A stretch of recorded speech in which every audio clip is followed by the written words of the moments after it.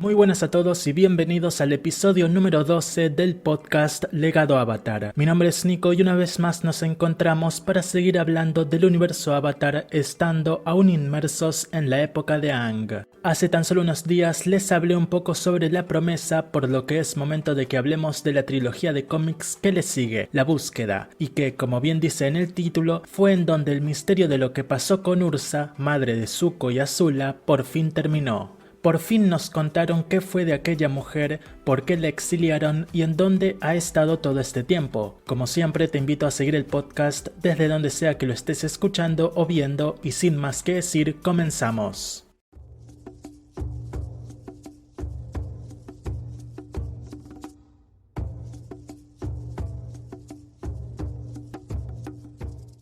Nos metemos de lleno con el análisis principal de La Búsqueda, la segunda trilogía de cómics secuela de Avatar: El último maestro aire.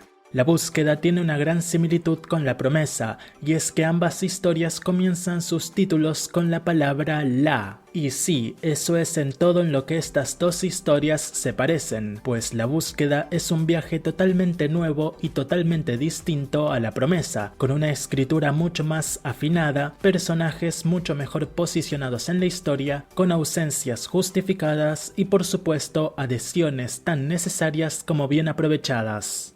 La búsqueda nos ofrece, como el propio título nos lo indica, la búsqueda que Zuko pone en marcha para encontrar a su madre, de la cual supo durante el día del eclipse que continuaba con vida, algo que recordemos le sorprendió mucho, ya que en verdad hasta ese día nunca había sabido siquiera que vivía en el exilio, simplemente no sabía que había sido de ella y por eso, como vemos en la serie, se larga a llorar al instante. En La Promesa, Zuko cuenta por primera vez a Iroh y Aang cómo cuando se convirtió en Señor del Fuego, envió varios equipos de búsqueda por su madre, pero ninguno volvió con resultados positivos. En esta trilogía de la que hablamos hoy, Zuko se embarca en la aventura por su propia cuenta, pero no lo hace por sí solo, pues como dije hace un momento, el cómic trae adhesiones, una adhesión en específico que era tan necesaria como terminó siendo importante y útil, y es que algunos suelen olvidar que Ursa era y es tan madre de Azula como lo es de Zuko, por lo que Azula tenía todo el derecho a participar activamente de esa búsqueda. Ya luego en la sección de personajes comentaré más sobre qué me parecieron Zuko y Azula durante la historia, pero ahora pasemos a un análisis más general de la trilogía, pues esta nos presenta una historia mucho más compleja, emotiva, trascendental y hasta devastadora de lo que quizá algunos esperábamos, siendo la solución a la gran pregunta que dejó la serie animada dada en un cómic. Pero recordemos que originalmente Mike y Brian presentaron La Búsqueda a Nickelodeon como una película animada para televisión. Sin embargo, el Nickelodeon de ese tiempo se negó totalmente a esto y prefirió seguir concentrado en la serie de la nueva Avatar. Y a decir verdad, este cómic se siente muchísimo como un producto televisivo. Hay secuencias y escenas tan bien extendidas y explicadas que pareciera en verdad que estamos ante una película. Esta trilogía de cómics nos presenta una madurez a nivel visual y argumental muchísimo mayor al de La Promesa, con momentos intensos, dramáticos y muy emocionales. Como les comenté tan pronto terminé de leer esta trilogía, la verdad es que terminé llorando, específicamente en una escena que ya les comentaré luego en su categoría propia. Los tonos fríos que envuelven a cada flashback,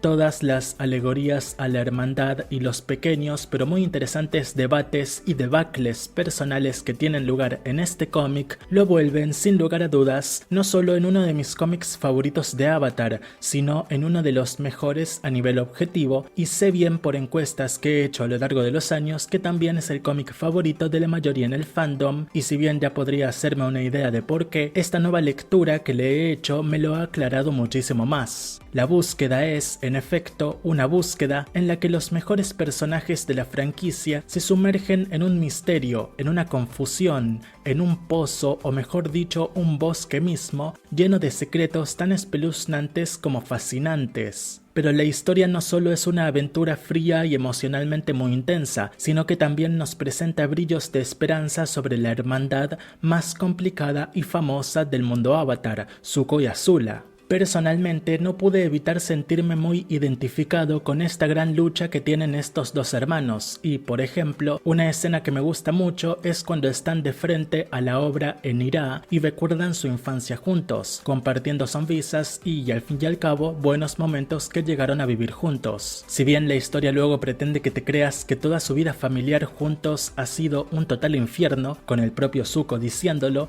en verdad no es así. Ha habido pequeños momentos de lucidez emocional y de una conexión entre hermanos llena de confianza, esperanza y amor. Pero la trilogía no se queda solo en profundizar las cosas con respecto a los hermanos de la Nación del Fuego, sino que también ahonda en otros dos pares de hermanos. Especialmente me gustó este paralelo que hicieron entre Zuko y Azula con Sokka y Katara, mientras que el par de hermanos de la tribu Agua del Norte estuvieron bien, pero son sin dudas lo más débil de la trilogía, no porque no hayan aportado nada o porque hayan sido malos personajes, sino porque en comparativa con todo lo demás que sucede se queda por detrás, pero igualmente estuvieron bien. Así que bueno, ya para ir terminando con este análisis principal, decir cómo La Búsqueda es una de las historias mejor ensambladas de la franquicia, con un cuidado extremo sobre sus personajes, puestas en escena muy impactantes, secuencias espectaculares y un diseño de mundo también muy bien logrado. El misterio de Ursa,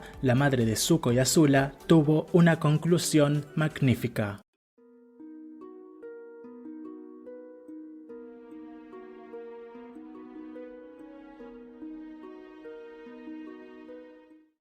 Antes de pasar a hablar de los personajes y todo lo demás que tiene que ver con el apartado argumental de la trilogía, vamos con los detalles técnicos, los cuales, tal y como en la vez anterior, es también un momento muy breve. Bueno, a decir verdad no hay mucha cosa que decir que no haya dicho ya en el episodio anterior. Así como La Promesa, La Búsqueda es una novela gráfica dividida en 3 partes que fue escrita por Jen Luen Yang, Michael Dante y Martino y Brian Konietzko. El arte y el coloreado de la portada y del cómic en general estuvieron a cargo del dúo artístico Gurihiru, mientras que los diálogos fueron producidos por Michael Heisler y la compañía Comicraft. Por último, la trilogía fue lanzada en el año 2013 por Dark Horse Comics con la colaboración, por supuesto, de Nickelodeon.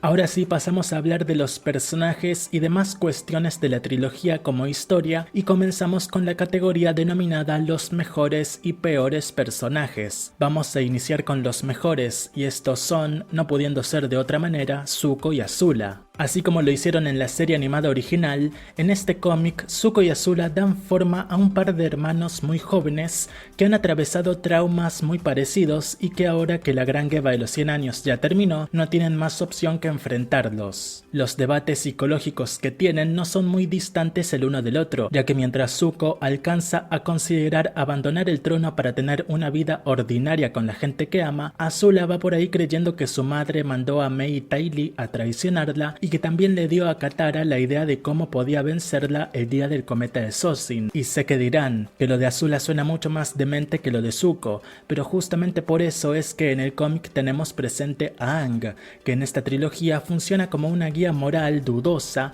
pero que se mantiene inquebrantable en un concepto. Zuko debe ser el señor del fuego a toda costa, y por un lado podemos entender que pues quiere que su amigo siga en el poder, pues solo así el mundo estará a salvo. Sin embargo, por el otro lado, Aang funciona en este cómic como un bloqueo para que Zuko no tome esa decisión alocada de dejar el trono y pasar a vivir, por ejemplo, en Irá junto con Noren, Noriko y la pequeña Kiji. Aang está ahí para evitar que Zuko sea totalmente libre de todos sus traumas y culpas, pues lo que Aang y el mundo necesitan es que Zuko siga en el trono, siga con sus traumas y siga tan mentalmente inestable como su hermana Azula. Lo sé, todo esto hace parecer a Aang un villano, pero tiene sentido que como Avatar esté priorizando el balance mundial a que Zuko se vuelva un granjero o no lo sé, se dedica el resto de su vida a limpiar el almacén desordenado del teatro de Noren. Obviamente sus intentos por mantener a Zuko en el poder se desvanecen tan pronto descubrimos que Zuko en verdad sí es hijo de Ozai y no de Ikem, a su vez que el propio Zuko lo acepta y deja a un lado ese deseo tan mundano y emocional que llegó a tener. Al final sí, puede que Aang haya actuado con cierto egoísmo, pero no solo no estuvo equivocado, el destino natural de Zuko era el trono, sino que también estaba intentando mantener en línea a Zuko de la misma forma que Azula debía mantenerse en su inestable posición. corazón. Y es momento, sí, de hablar de la loca princesa. Azula es un personaje sumamente complejo e interesante. A veces he llegado a considerarla incluso más compleja e interesante que el propio Zuko, pero no soy de decirlo mucho en voz alta o comenzarían a perseguirme con antorchas. Azula tiene traumas que en esta trilogía de cómics quedan en evidencia. Detrás de la paranoia o incluso la esquizofrenia, Azula tiene un profundo miedo de no saber cuál es su lugar en el mundo, de no saber de qué forma es útil si no es torturando gente, dominando ciudades o ocupando el trono, lo cual técnicamente le habría hecho cometer las dos acciones anteriores, pero a su vez le habría dado una paz que ve en Zuko, en especial en el final de la trilogía, y que ella ansía para sí misma también poder alcanzar. Azula busca dejar de tener miedo, dejar de estar confundida, ya no quiere sentir que su papel en esta historia se ha terminado, que ya no es la villana invencible que solía ser, que ya no hay un tiránico imperio que podría heredar algún día, y que ya no hay un padre que le abre el camino a una vida de grandeza, poder y sumisión de todos a su alrededor. Azula teme ser olvidada y teme no ser querida. Su gran conflicto en la historia sucede porque, muy en el fondo, Azula sabe que no ha sido olvidada y aún es querida, no solo por Ursa, su madre, sino también por su hermano Zuko. Incluso su tío Airo, a quien tantas veces despreció, muestra cierta esperanza al comienzo del cómic de que quizá toda esta aventura le termine dando algo de paz. Esa paz que Azula anhela, pero que pretende alcanzar por los medios equivocados. En esta historia, Azula no es una villana, tampoco es una antagonista ni mucho menos, aclaro, una heroína. Azula es una joven que lo ha perdido todo, pero que a su vez se dio cuenta de que todo lo que perdió no era nada verdadero o legítimo. Sus amigas le tenían miedo y por eso la seguían a todas partes. El trono nunca fue su derecho, pues es la segunda hija.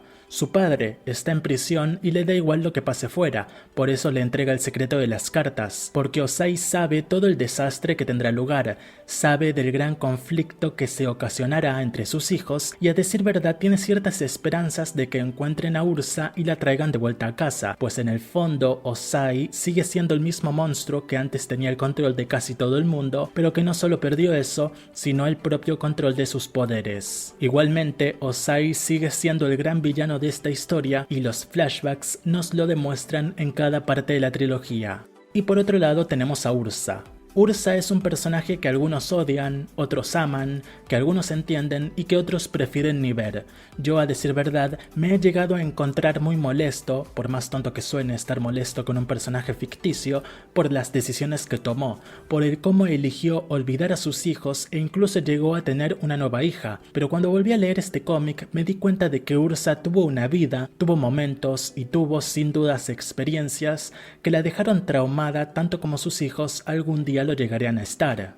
Una alegre y dulce actriz de teatro convertida en una cómplice de asesinatos sin arrepentimiento alguno. Una mujer abastrada lejos de su hogar, de su familia, de su verdadero amor, que sufrió el abuso de un hombre y tuvo que ver cómo esa familia supuestamente ideal que se le obligó a formar era despedazada justo frente a sus ojos. Llegó a sentir culpa por siquiera estar viva, por pertenecer al linaje al que pertenecía, por haber dado a luz a sus hijos. Cuestiones que uno jamás debería poner en duda, pues son cuestiones naturales, vitales y contra las que uno no puede luchar. El escape espiritual dado por la madre de los Vostros de darle una nueva cara y una nueva identidad, olvidando su antigua vida, los abusos de Ozai y por lo tanto a sus dos hijos, son un elemento ficticio y fantasioso propio del mundo Avatar, pero que eso no empañe para nada que la historia de Ursa no solo es trágica, sino que también es muy verdadera. Todo lo que Ursa vivió y sintió son problemas que muchas mujeres de nuestro propio mundo llegan a tener,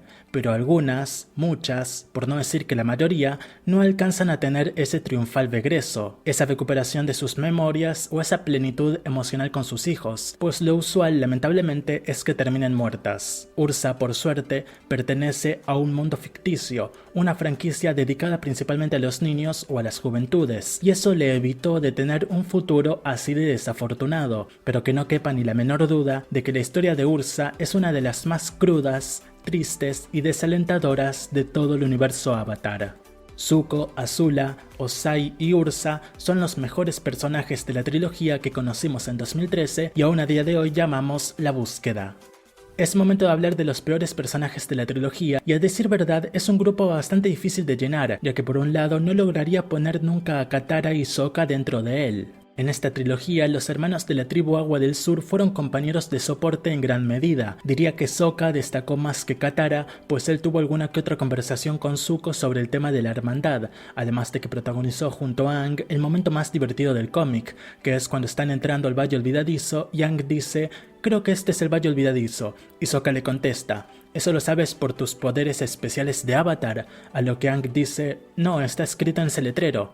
Es un chiste muy básico, lo sé, pero igualmente me hizo reír mucho. Otro momento gracioso, aunque un poco extraño, es cuando todos están viendo juntos la obra de teatro Inira, y cuando los actores protagonistas se besan, vemos en el fondo de la viñeta que Aang y Katara también se están besando. Es un momento tan surgido de la nada que me divirtió mucho.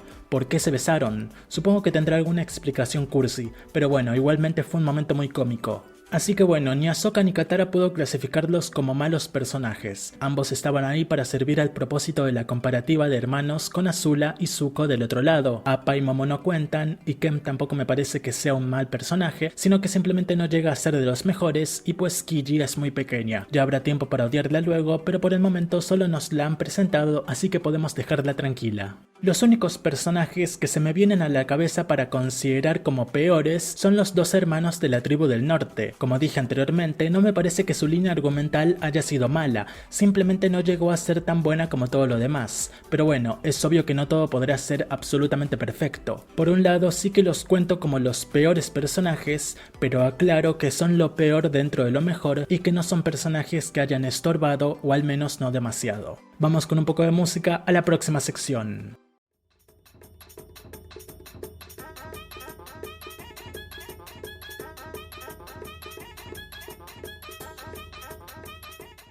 Estamos ya en la cuarta sección del día, la cual se centra en los mejores y los peores diálogos. A decir verdad, me será imposible cumplir con esta sección de la forma ideal, pues no fui capaz de encontrar ningún diálogo que pueda considerar como el peor. Obviamente hay diálogos que me gustaron menos que otros, pero no llegué a considerar que ninguna frase estuviera fuera de lugar, no coincidiera con el momento o personaje, o incluso que no tuviera la fuerza que necesitaba. Toda la trilogía, de hecho, se mantiene constantemente en un muy destacado ascenso, así que vamos ya con los mejores diálogos. Comienzo desde la primera parte, y es que la frase que pronuncia el profesor de Yudao es una de mis favoritas de entre todos los cómics. Zuko le pide si puede volver a decirla, pues bueno, no estaba prestando mucha atención que digamos, así que el profesor dice: "La familia es en esencia una pequeña nación, y la nación una gran familia. Al tratar a su propia familia con dignidad, un gobernante aprende a tratar a su nación con dignidad". Esta frase no solo es muy buena, sino que dispara, por así decirlo, toda la historia. La siguiente frase que quiero destacar no es tan memorable como la primera, pero sí que es un comentario que no solo caracteriza a la perfección al personaje que la pronuncia, el tío Airo, sino que tira un poco de luz en uno de los personajes principales, Azula. El comentario en cuestión lo dice Airo a Aang, y este es: "Desde que mi sobrino ascendió al trono, ha anhelado la paz. Encontrar a Ursa podría traer esa paz. Y no solo para él mismo". Con eso último, Airo señala con su mirada a Azula, y Aang la ve con una pequeña sonrisa honesta.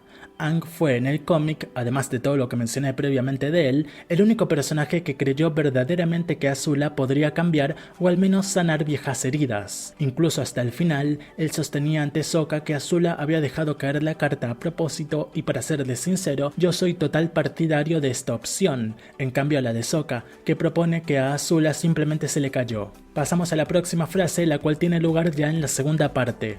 Esta frase no es memorable como la del profesor o especialmente emotiva como la de Airo, sino que he decidido destacarla por lo mucho que simboliza a la madre de los Vostros. El ancestral espíritu dice: "Soy la madre de los Vostros. A través de mí, la separación vino al mundo. A través de mí, vino la identidad. Uno se ha convertido en muchos".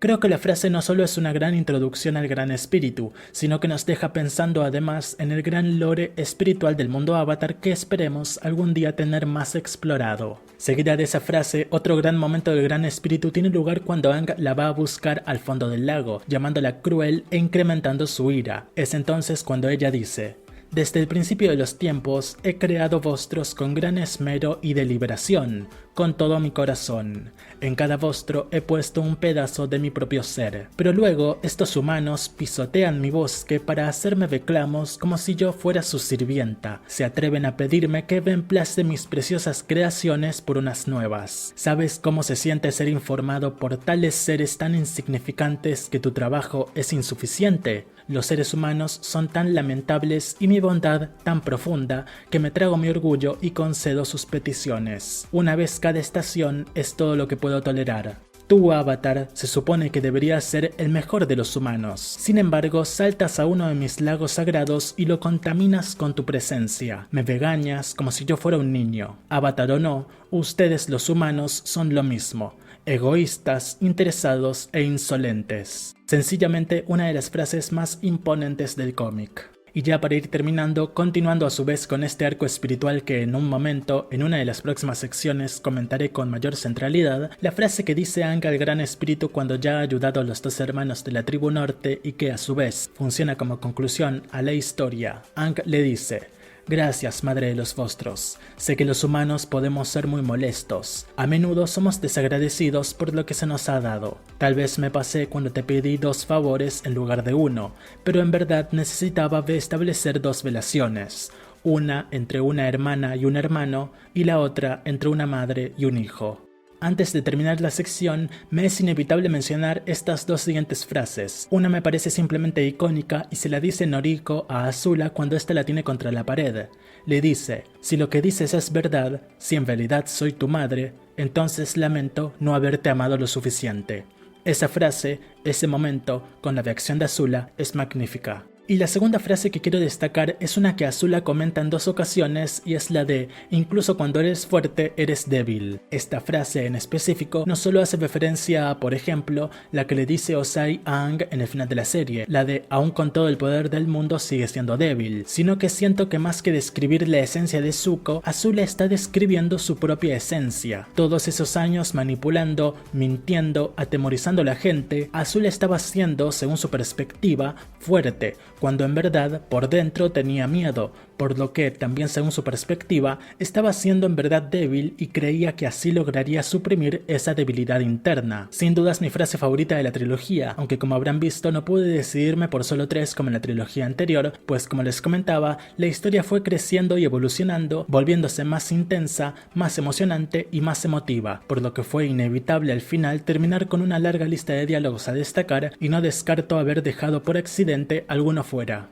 Pasamos entonces a la quinta sección del día, las mejores y peores escenas. Y de nuevo lo siento mucho, pero tengo una muy larga lista para las mejores y una muy corta lista para las peores, por lo que comenzaré con esas. A decir verdad, en esta ocasión sí que tengo 2 escenas a las que considerar como peores. Una de ellas es la pelea entre Appa y el espíritu lobo. Siento que todo ese momento sobró demasiado, si bien entiendo que debíamos conocer al espíritu pues era un preludio a la madre de los vostros. Pero se dedicaron varias páginas a la pelea, luego las luciérnagas. Entiendo que era algo que tenía que pasar de una u otra manera, simplemente a mí no me atrajo o gustó en lo más mínimo. Pasé por alto las páginas y ya. La segunda escena es en la que se nos explica el pasado de los hermanos de la tribu Agua del Norte. Esto simplemente no me interesó en lo más mínimo. Meter tan de pronto a 2 nuevos personajes con una historia trágica de fondo que necesita tener una conclusión y que es muy similar al caso principal, fue una decisión muy arriesgada por parte de los creativos y debo decir que luego todo funciona y encaja, pero lo hace porque estos 2 hermanos y su problema no molestan demasiado. La historia no se pierde nunca solo en ellos. Los protagonistas son Zuko, Azula y la búsqueda de su madre, pero sí que como escena me pareció muy sobrante, y bueno, por ello mismo debo sumar ahora de pronto la batalla que tienen previo a conocerse, de las plantas versus los protagonistas. Simplemente no sentí la necesidad de que esto estuviera incorporado en la historia,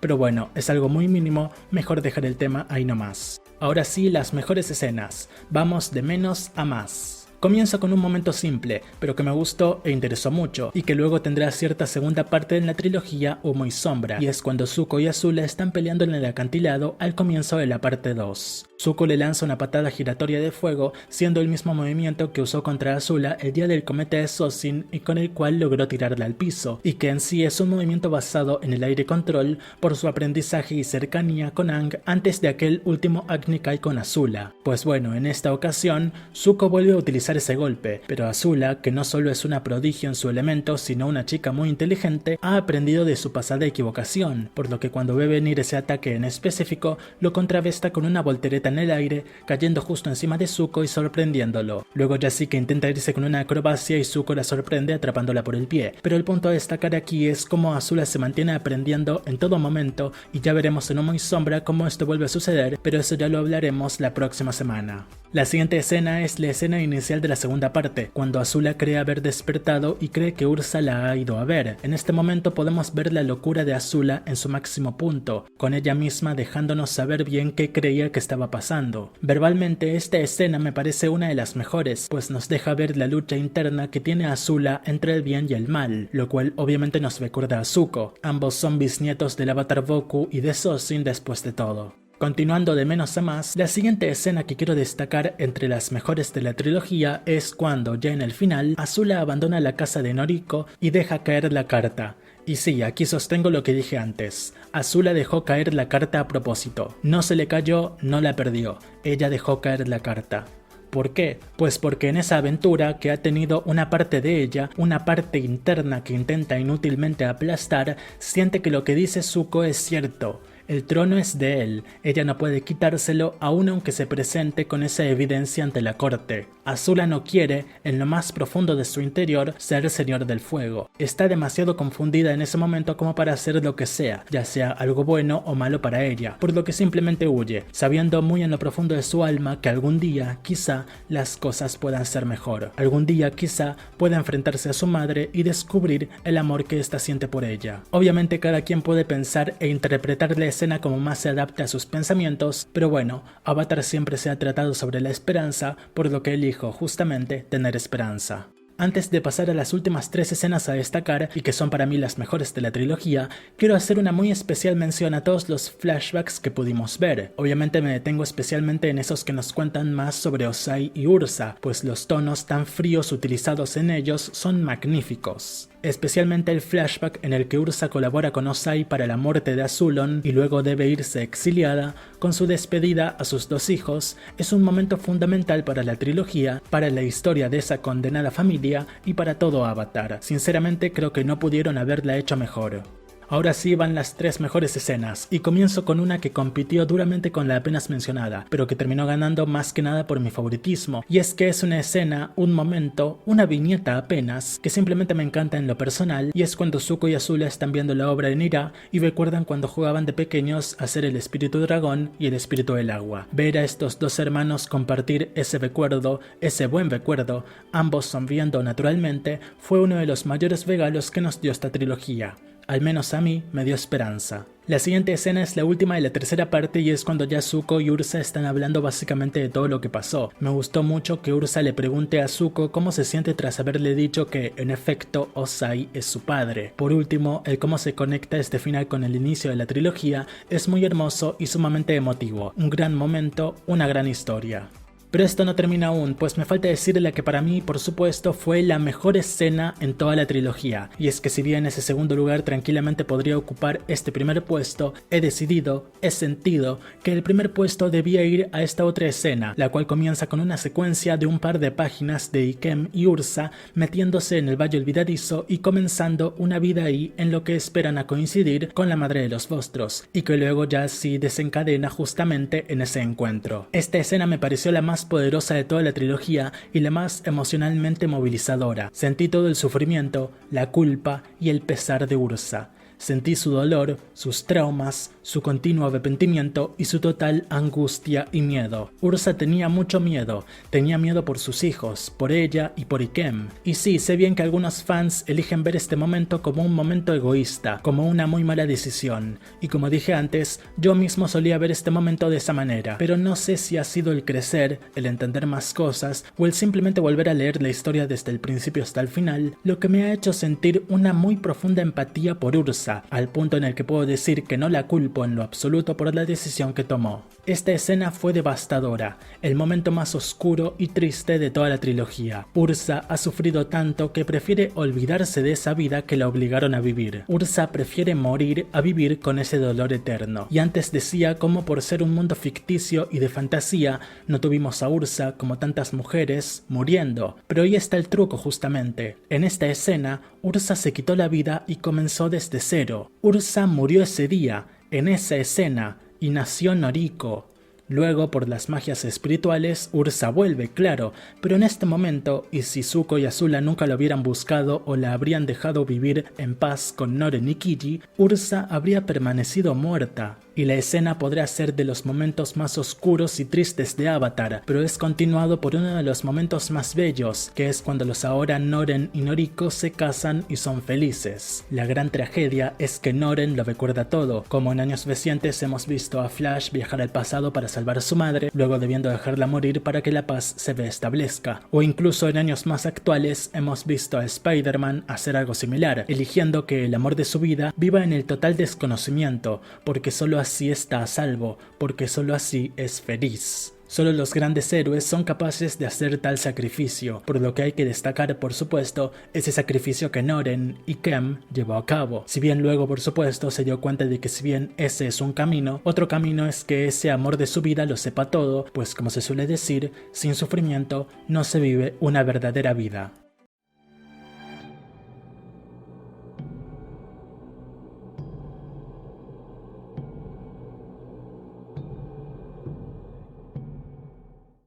Seguimos en el episodio número 12 del podcast Legado Avatar, hablando y analizando la trilogía de cómics La Búsqueda, y es momento de que hablemos de la acción y la espiritualidad que esta historia nos presenta. Comenzamos tal y como en la vez anterior por la acción, es decir, todas las batallas o momentos de combate que tuvimos a lo largo de la trilogía. La primera parte es la que más batallas contiene, comenzando con un momento minúsculo en el que Ty Lee le bloquea el chi a Azula, lo que luego desencadenará en Azula pudiendo liberarse estando solo vigilada por Zuko. En medio de eso también tuvimos a Ikem contra un par de soldados utilizando tan solo un par de espadas de utilería. Luego, ya con los protagonistas unidos, tenemos a Azula quemándole el planeador a Aang, y entonces cuando llega el espíritu lobo y se muestra ante todos, tenemos el momento de acción más prolongado de esta primera parte. Al principio, Zuko, Katara y Sokka atacan al gran espíritu, pero sus golpes son inútiles ante este, por lo que se involucra en la pelea el propio Appa, quien le da una buena lección al gran espíritu lobo. Como dije antes, esta escena me parece la menos necesaria o interesante de la trilogía, pero no es en sí un mal momento, simplemente a mí no me gustó. Por último, tenemos a Azula haciendo uso de su electricidad para alejar de la zona tanto al espíritu lobo como las luciérnagas que este les escupió previamente, y esa es toda la acción que tenemos en la primera parte. Pasamos a la segunda parte, en donde la acción es mucho menor. Comenzamos con el Azula vs Zuko en el acantilado,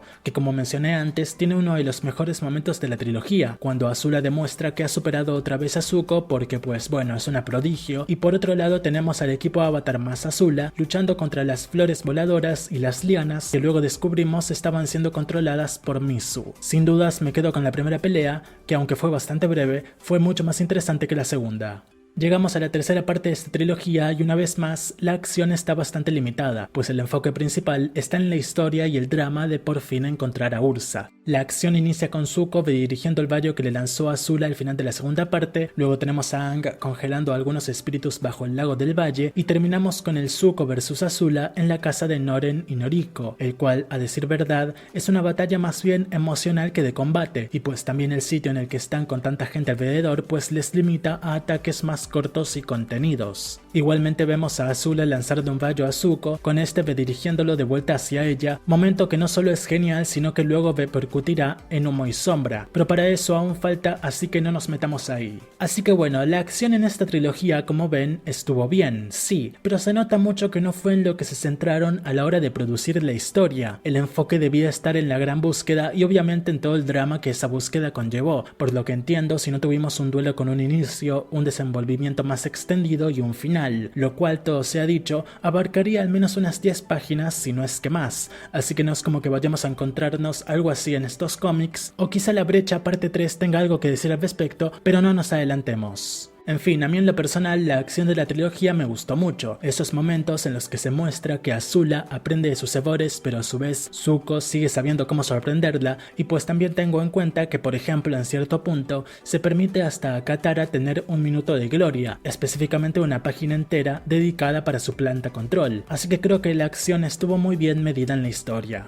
Y pasamos pronto a hablar de la espiritualidad que se nos presenta en esta trilogía. Como les decía en el episodio anterior, la búsqueda es mucho más espiritual que la promesa, y es que en esta ocasión los protagonistas se meten directamente en una zona muy espiritual, el Valle Olvidadizo. Primero que nada, decir que me encantó, y ya luego en Humo y Sombra incluso veremos más, que le estén dando un aspecto tan espiritual a la Nación del Fuego. Creo que le queda muy bien, y no es algo nuevo si lo pensamos, pues en la propia serie animada ya teníamos todo el tema de los dragones, el fuego interno, la iluminación que esos dos últimos grandes maestros le dieron a Iroh, Aang y Zuko, y obviamente toda la cultura y mitología detrás de la antigua civilización de los Guerreros del Sol. Me gusta cómo han expandido el lore espiritual de los Maestros Fuego y de su territorio con este Valle Olvidadizo, si bien obviamente uno no puede evitar pensar en cuán conveniente fue que justamente en el bosque junto a Ira, el pueblo originario de Ursa y Kem, estuviera este gran bosque con este gran espíritu que te puede cambiar la cara y hasta te puede dar una nueva mente. Pero bueno, todo eso son los elementos fantasiosos con los que estamos acostumbrados a jugar dentro del mundo Avatar y que sinceramente dan igual. Con respecto a la madre de los Vostros, me gustó mucho su participación en la historia y el buen nivel que le dio a los espíritus en Avatar. Creo que siguió de muy buena manera el hilo comenzado por Heibai, Tui y La, Ko y la Dama Pintada, y por supuesto que sea la madre de Ko y que éste haya pasado a bobar Vostros para de cierta forma llamar su atención, me pareció un detalle espectacular que profundiza muy bien en la historia del mundo Avatar y de lo cual obviamente nos encantaría saber mucho más. El espíritu lobo gigante, las caras varas que ponía Aang y obviamente todo el bosque, el valle mejor dicho, lleno de espíritus o criaturas místicas, son añadidos que estuvieron muy bien y complementaron de forma excelente a la historia en general. La espiritualidad en esta trilogía fue tomada como lo que es básicamente, es decir magia, si bien se aseguraron de darle bases a la madre de los Vostros con esas frases, por ejemplo, donde habla sobre la identidad y esa pequeña que dice unos se volvieron muchos. Me gustó cómo el tema se manejó y creo que terminó siendo algo muy natural y por supuesto quedó a la altura del gran misterio que se tenía como base para la historia.